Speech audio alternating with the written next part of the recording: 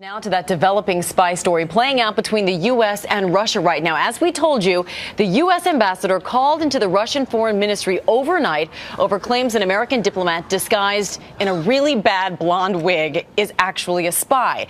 ABC's Martha Raddatz has more now from Washington. Martha, this is a weird one. It sure is, Amy. This morning, 29-year-old Ryan Fogle is on his way back to the U.S., the first American publicly accused of spying in Russia in more than a decade. The U.S. says Ryan Fogle is a diplomat.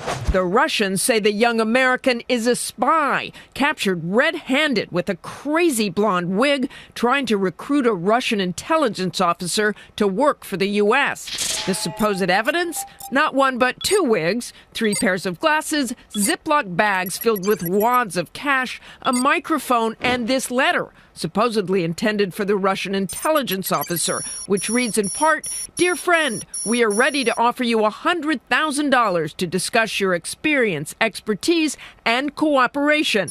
We can offer up to $1 million a year for long-term cooperation." But look closer at that evidence. That blonde wig, it's raising questions. Spycraft that seems more Maxwell Smart than Bond. James Bond. Peter Ernest, a CIA officer for 20 years, says it's an unspoken rule. Spies don't get caught with a disguise. The one thing a spy doesn't want to do is get picked up and have stuff on him that is spy stuff. Maybe could have been a plant. Yeah, unless, as the speculation goes, it's a total setup, in which case you say, well, let's throw a couple of wigs in there. It is no secret, of course, that the U.S. and Russia still spy on each other. Remember Anna Chapman, the stunning Russian spy, part of a sleeper cell? She frequented fashionable bars and restaurants in Manhattan. But the Russians are now claiming outrage over Ryan Fogle, a Russian official in this video saying, "How could you stab us in the back like this?"